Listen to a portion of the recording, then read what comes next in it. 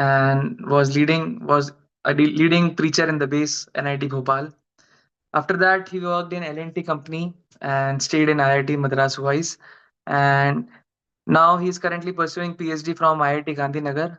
And he got initiated by His Holiness Jayapataka Swami Maharaj in the year 2021. So we have His Grace Saraswatan Gaurang Prabhu with us. He will share details about Her Grace Rukmini Mataji at 6 p.m. So we'll request the host to kindly screen share the lecture of Mataji. Hare Krishna.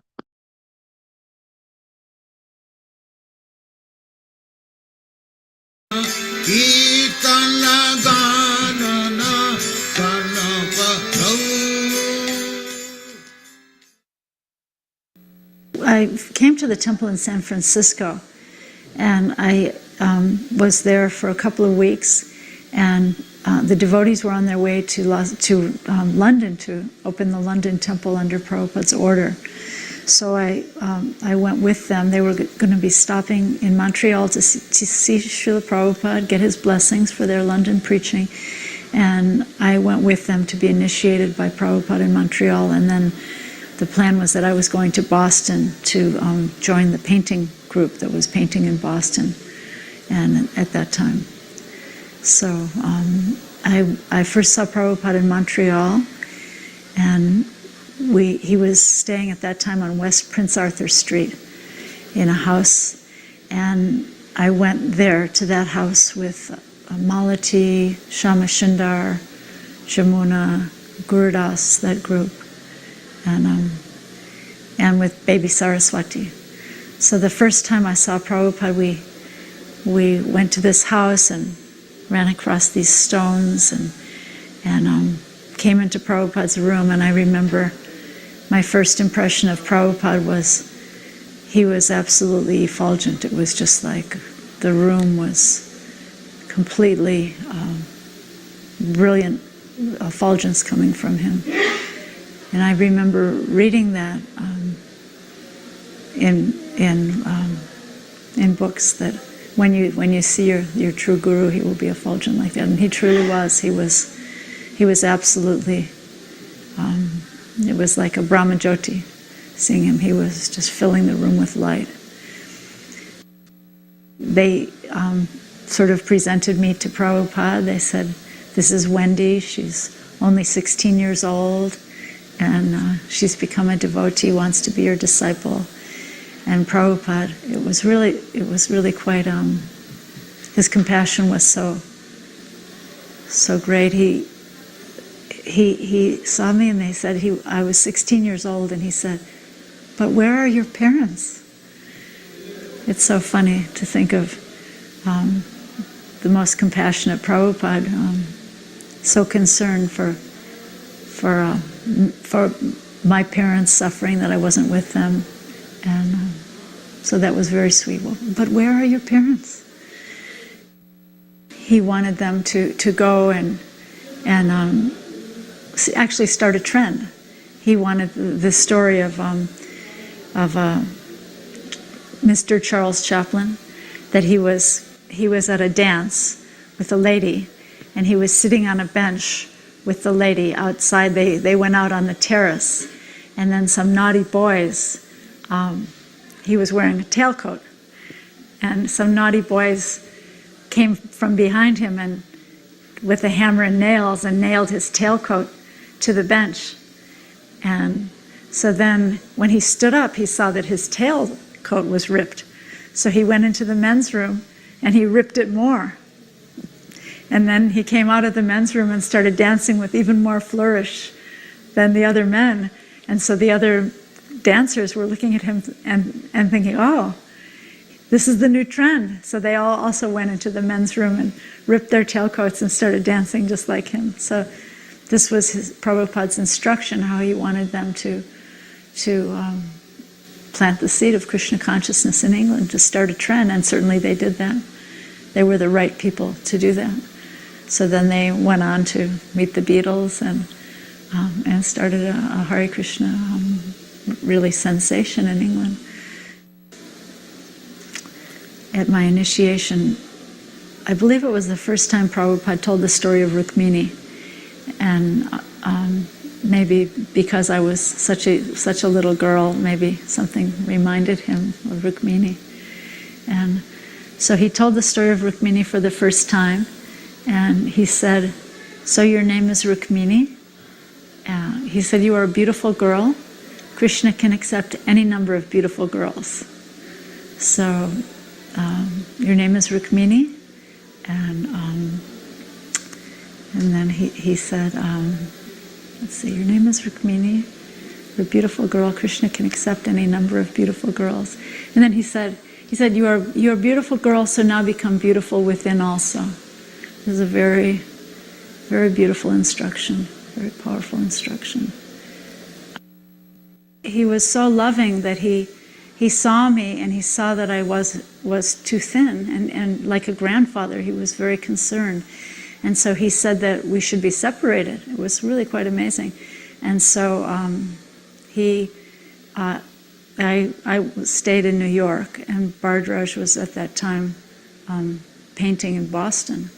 And so I asked, Brahmananda was the temple president in New York, and I asked him if I could go to Los Angeles to learn pujari work. So I went to Los Angeles for some time. And then I was there it was an extended time. It was maybe about 6 months or something like that. And I was very happy doing pujari work and learning from Shilavati, and very, very nice time. So then Prabhupada was away for a long time in London and Germany at that time. And then he was coming back after a very extended time. And he was coming into Los Angeles. Well, what happened was he came into perhaps New York and then Boston after being away for a very long time, maybe a year. And he saw Bhardraj, and he said, "Where is your wife?"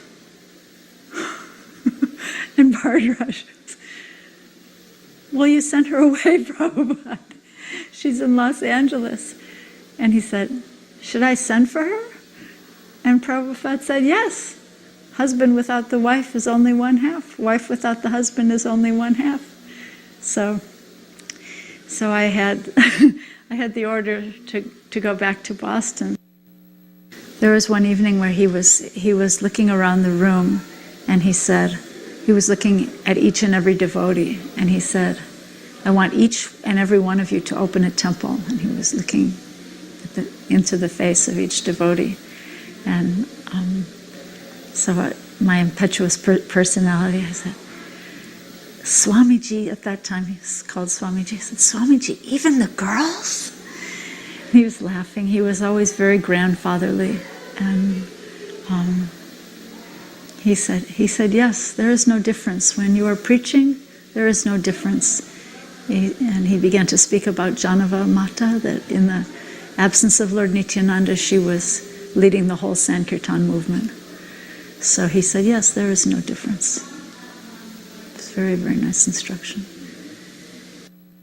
There was a man who was he was a bearded yogi, and he was staying at the New York Temple at that time. And he was staying at the temple for some time, and he was teaching Pradyumna Sanskrit. And he would go on Harinam Sankirtan with us on the street, and he would stand in the front, and no one really thought much of it. But in retrospect, he was really sort of posing as though he were the guru, and he was teaching Pradyumna Sanskrit. And so when Prabhupada came, he should really tell this story, because he was. Have you interviewed him already? He didn't tell the story.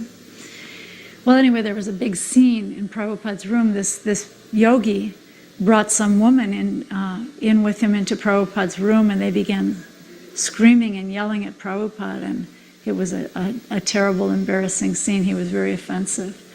And then I remember Prabhupada speaking from the Vyasasan about this yogi and looking at Pradyumna, and he was saying, "Is not a snake with a jewel in his hood even more dangerous?" It was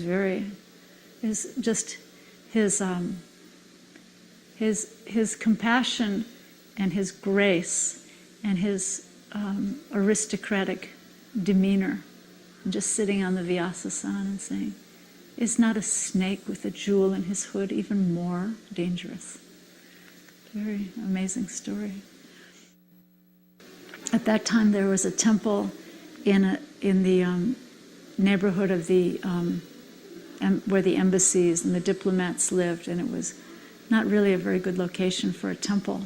Not so many people were coming. It was Anand Niketan, I believe, was the name of the area. And the Prabhupada had a room on the top of this particular house. The temple was a house, and then Prabhupada had the room on the roof.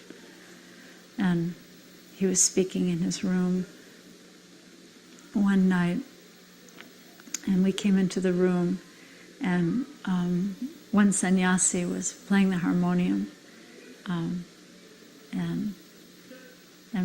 we walked in, and Prabhupada saw Bhardraj, and he said, let him play, he is better. So he had the sannyasi give up the harmonium. He wanted Bhardraj to play. He loved Bhardraj's harmonium.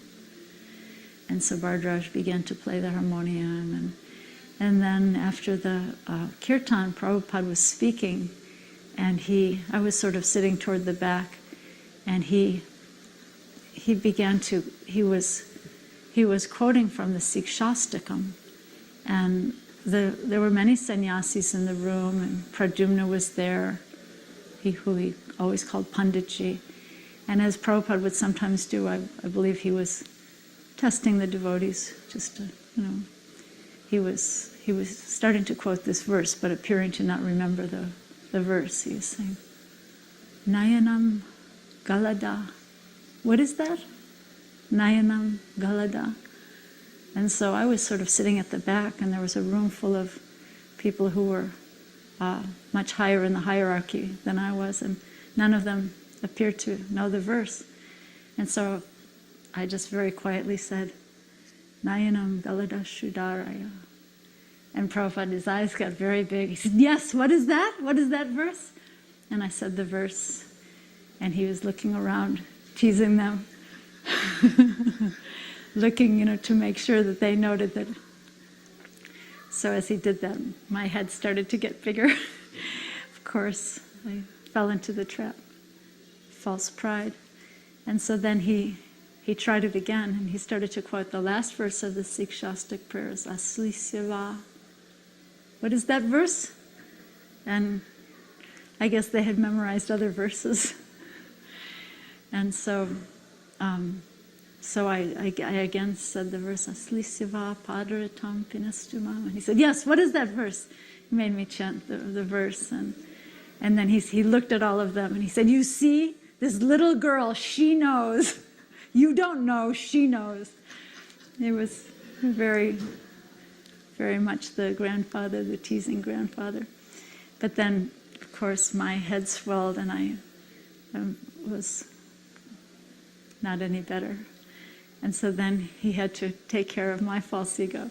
So then he began to talk about the Ugra Karma civilization, and how people are working so hard, such long hours in such hellish factories. And he said, just like they have these, what is it called? Crucible. He said, they have these gigantic crucibles. And I went, And he looked at me and he said, oh, you know what is crucible? But I really didn't. But I said, well, a crucible is like one of those little rooms where those monks meditate. And he just tossed his head disgustedly, just throwing it away. And he said, does anyone know what is crucible? And then Brahmananda was there, and he said, yes, a crucible is one of these vast forms in which they melt this molten steel for making the beams for building the skyscrapers. And Prabhupada said, yes, that is crucible. And he looked at me. So I was properly chastised. That was a nice memory. they were writing to Prabhupada that the new temple is like a palace. And I was very distraught about this because I was thinking, Prabhupada will be so disappointed when he comes. They're telling him it's a palace, but it's really only another storefront that's a little bit nicer. And I was thinking, oh, here Prabhupada's coming in, and I was thinking that he's going to be so disappointed, or maybe he'll be angry, and what's going to happen? And I was very distraught about this.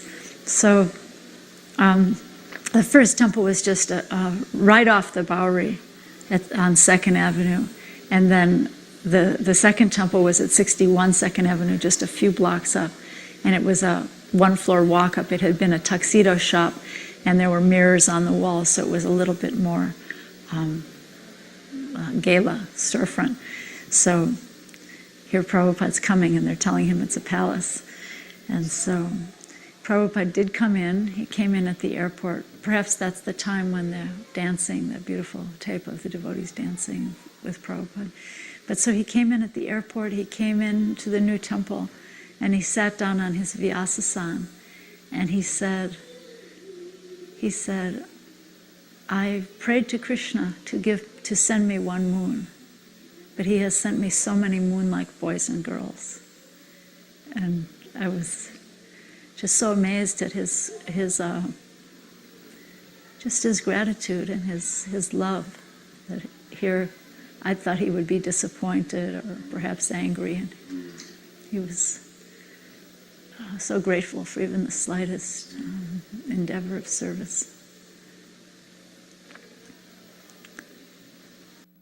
I remember this one particular gentleman. He seemed like a very pious man to me, elderly Indian gentleman, looked very pious. But Prabhupada always seemed to be able to see the heart of the person. And so this man was saying to Prabhupada, Swamiji, give us your mercy, give us your mercy. It seemed like a very ardent way to me. And Prabhupada was just very offhanded with him. And he said, I have already given everything. Still you do not take. What is the use? And I was so shocked that the way Prabhupada, sometimes he would seem to give so much mercy to someone who seemed so undeserving. And this man seemed very pious to me. And then Prabhupada gave him the example. He said, just like a man, he has fallen in a well. Someone throws him a rope, but he does not take. It was just, it was very, very harsh, but still like a bittersweet compassion he gave this man. That time he told some stories in his room one night. He was speaking about common sense, and he said, he was talking about real intelligence. If a man is intelligent, he said, if a man is intelligent, he will, when he is lying on his back, he will naturally count the rafters. Very interesting. He was talking about common sense intelligence and the ability to be observant.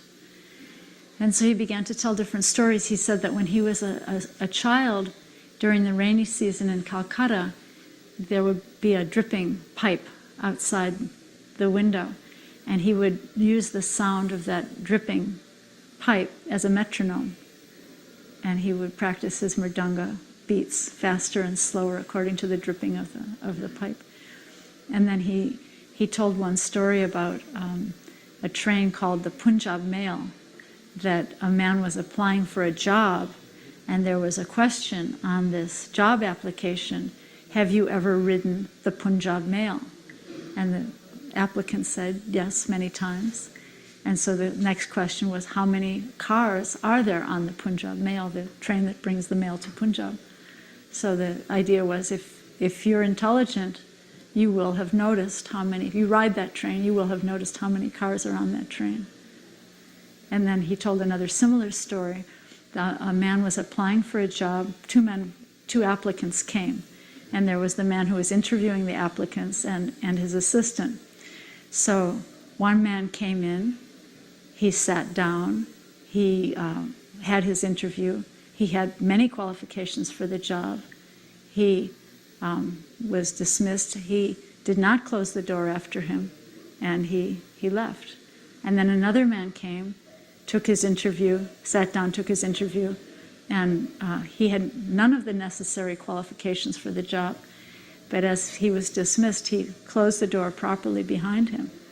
And so the assistant to the interviewer said to his assistant, who do you think will get the job? And the man said, of course, the man with all the qualifications. And his director said, no, this man who has none of the qualifications will be given the job. But why? He said, because he closed the door behind him. So he will be able to be trained. We will be able to work with him.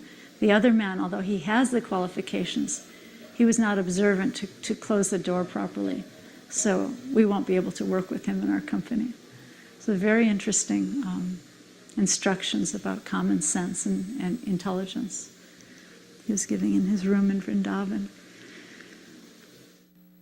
And then I remember Nanda Kumar was serving Prabhupada at that time. And Nanda Kumar came out of Prabhupada's room one day, and he was just bewildered and shaking his head, and he said to me, Prabhupada said the most amazing thing. He said that I'm too creative to be a good servant. He said I should do business. And I thought, at that time I thought, what's creative about business? And I was really very surprised, and he was also surprised, but in retrospect I can see that business really is very creative. And now I find myself doing business, and I can see how right Prabhupada is, and I've often mentioned that to people also. Yeah. There's a quality that Lord Krishna is described as being bhavagrahi janardanam, that he just accepts the essence of the bhakta's love or devotion that's offered to him. He accepts the essence of the offering. So Prabhupada was so much like that. He really just took the essence of what a person was offering. He could see right through and see right to the essence of what was being presented. If someone was approaching him with arrogance, he could cut right through that. Or there was just a kernel of sincerity, he would take that. And he saw what was hidden and what no one else would see. He was so totally unstereotyped and so transcendent. So each word doesn't describe him completely, because you could say so aristocratic, but yet so childlike, with childlike innocence, and so meek and humble, but yet with the regal air of a king, but yet like a child. So beautiful, so unassuming, and so immanently present at every moment, observant to every detail, and yet so kind to everyone. I remember once in Boston, we had a very small little temple, and there was only one brahmachari. Devananda was the brahmachari. Satsvarupa was there. He was the temple president. And this brahmachari was having some difficulties. And Prabhupada, at that time, this was about maybe 1968 or 69, Prabhupada anyone who was having trouble would go travel with Prabhupada for a while. That would be the medicine, go travel with Prabhupada. He would take the person who was having some trouble. So Devananda had expressed some desire to travel with Prabhupada. And so Prabhupada was asking Satsvarupa if he could have Devananda to go travel with him. He was the only brahmachari. And so Satsvarupa, he had his immediate reaction. He said, well, Prabhupada, if you give me someone else. And Prabhupada said, oh, conditional. Je anilo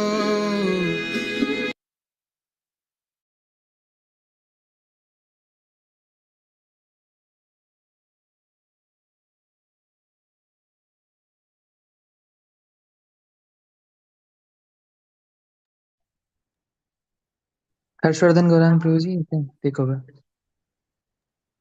Yes, thank you, Prabhu. Prabhu, can you please share the screen? Yes, Prabhu, we are sharing in a minute. So, Hare Krishna, everybody.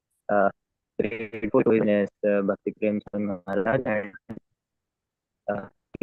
for giving me this opportunity. So, this was a very inspiring lecture which we saw of Hare Rukmini Mataji. So, Mataji was a very senior disciple of Srila Prabhupada. As Mataji also mentioned, that she uh, met, she actually took Krishna consciousness in the year 1968. So, from this only we can see that how much uh, advanced Mataji was. So, I will just speak some of her glories from this PPT also you can see on the screen. So first we'll see little introduction of Mataji and then some of the services in which Mataji is involved. So I hope that everyone can see the screen. So yes, so you can move ahead. So first we'll see little introduction of Mataji. So Mataji got to Krishna consciousness in the year 1968. Krishna Kirtan, so you can move to next slide. Yeah, and she actually got Krishna consciousness in the in San Francisco. So uh, she got introduced very early, and then in San Francisco, Mataji got uh, Krishna consciousness. So then after that, how Mataji got initiated? Let us see that. Uh, so is the screen moving? I'm okay. Yeah, thank you. So you can Mataji in the year 1968, and it happened in Montreal, Canada. So, Mataji also mentioned in the lecture itself that how Srila Prabhupada gave her the name Rukmini because she was very beautiful, very beautiful. And Prabhupada is writing here that so you may be called Rukmini Dasi, Devi Dasi, and someday you may be kidnapped by Krishna. Krishna kidnapped Rukmini. Rukmini was very beautiful, qualified, Lakshmi. So her father liked that Rukmini should be given to Krishna, and her mother liked that she should be handed over to another boy. So Rukmini sent one letter to Krishna. Although I have not seen you, but I have heard about your activities. So I am attached to you. Now some nonsense is coming to marry me. So this is what Srila Prabhupada wrote in August 19, August 15, 1968. Rukmini's Mataji's initiation. So, like here, Prabhupada is writing that how he gave Rukmini. So Rukmini was so much attracted to Lord Krishna. So Prabhupada is writing. So it's a very so much. So now we will see like some of the very prominent services which Mataji was engaged at that time, and then afterwards we'll see how what are the services Mataji is engaged now. So mainly Mataji was engaged in the service of deity worship and some of the uh, uh, like pujari related services. So she served as a pujari in many of the ISKCON temples, especially in Boston, New York, and in Los Angeles. So she used to perform various ceremonies and various rituals for the deities. So Prabhupada specially chose Mataji for doing these services. Okay. Next, so then other than deity worship, there are some more services which Mataji was engaged in. So, like artistic projects. So, in 1972, Prabhupada actually he made a team in Mayapur, and he assigned my team to learn one of the art of clay, which was known as putul. So this is an art for doll making. So Prabhupada wanted that Mataji should make some artistic dolls for exhibitions. So that it can be displayed on various exhibitions in ISKCON temples. So this initiative was very successful, and then it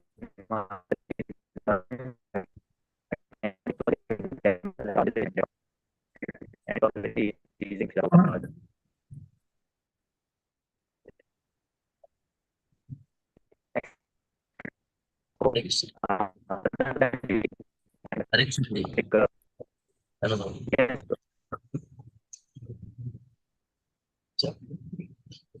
Yes, we can move ahead.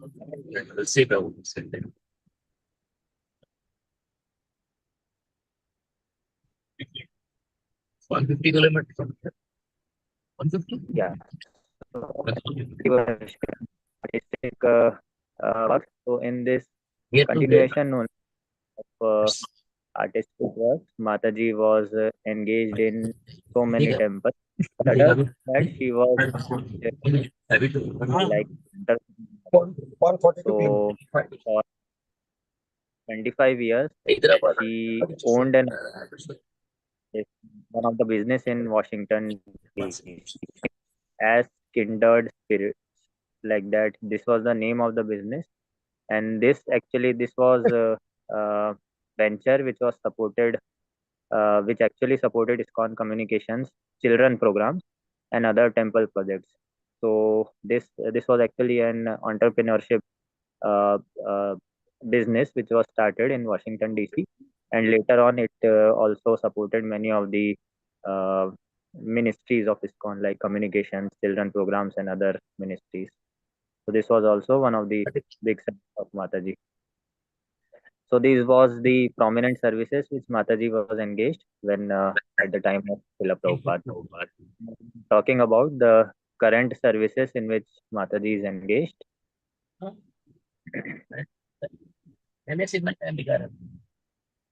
Yeah, we can move to the current service section. Yeah. Yes, yes.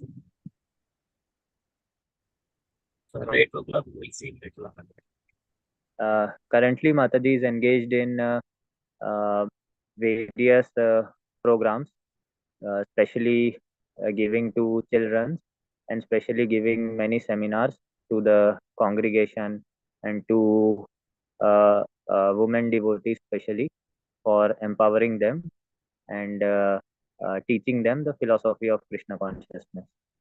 So we can see on the screen as well that the current services of Mataji.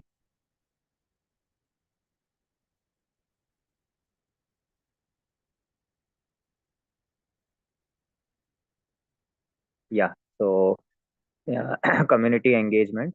So Mataji's husband is His Grace Anuttama Prabhu. So Mataji is engaged, means he's working along with Prabhuji in ISKCON communications and interfaith dialogues. So as Mataji also mentioned in the lecture, Prabhupada once asked Prabhuji also that where is your wife? So wife without a husband is like first one half only.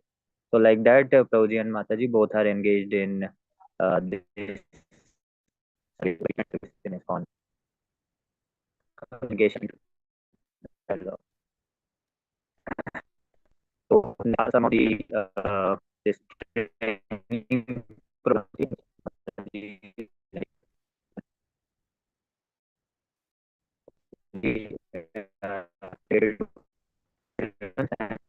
uh,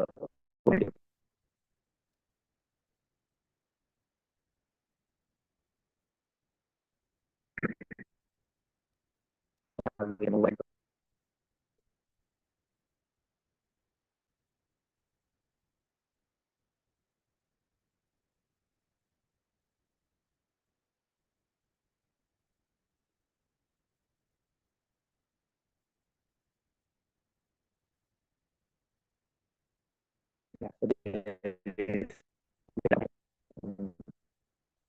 switch off my camera so that bandwidth can be.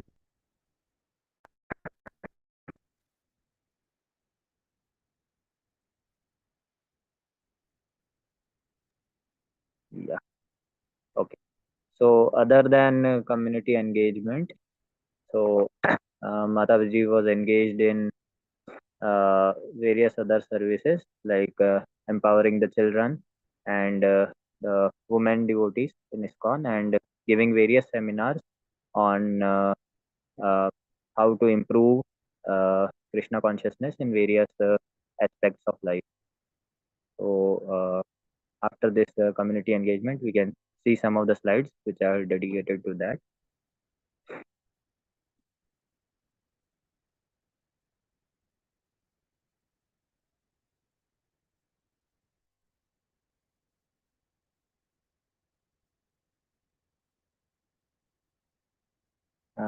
So currently I'm seeing the community slide only, bro. Maybe there is a lag from my side. We can move ahead.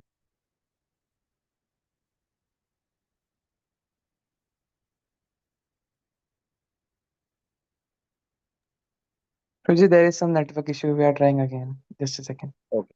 No issue, bro. Yes.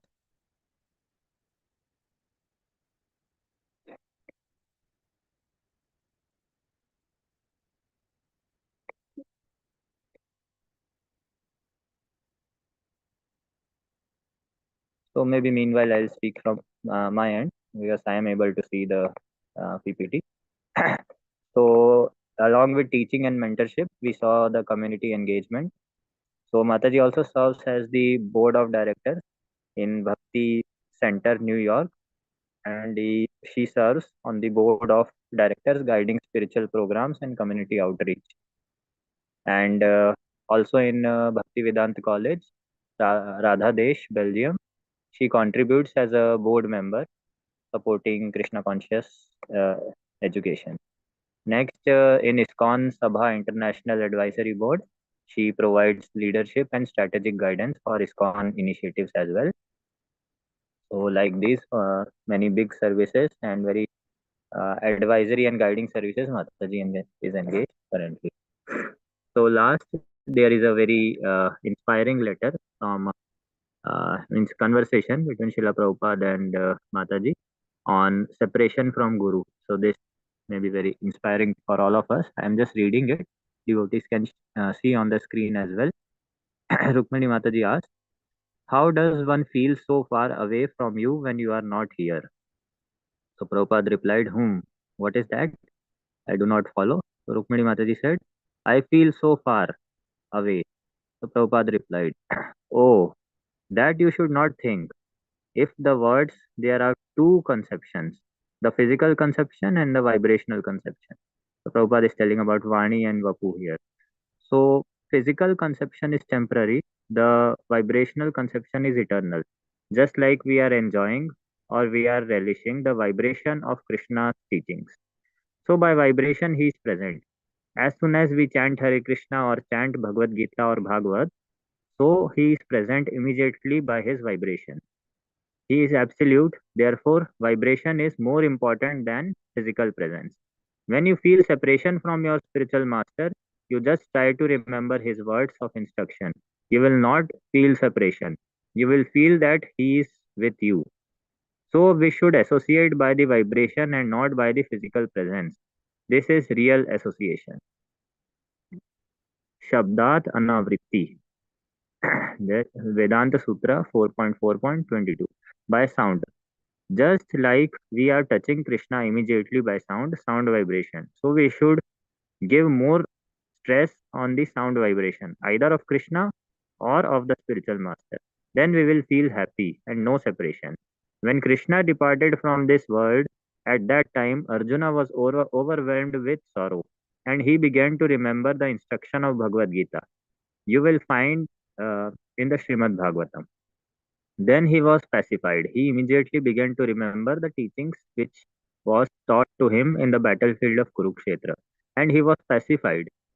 He was he was his constant friend. So when Krishna went to his abode, he was feeling overwhelmed, but he began to remember his teachings. So whenever we shall feel separation, the best thing is to remember the teachings. Then it will be very nice. Lecture Srimad Bhagavatam 7.9.12, Montreal, August 18, 1968. Okay. Srila Prabhupada ki jai. So this was the letter. This was from the lecture of Srila Prabhupada, conversation between Mataji and Srila Prabhupada. So thank you so much, Krishna Kirtan Prabhu, and sorry for the network lag. And very grateful to His Holiness Bhakti Prema Swami Maharaj. Sir Grace Rukmini Mataji ki jai, Srila Prabhupada ki jai. Thank you. Hare Krishna, bro. Thank you very much.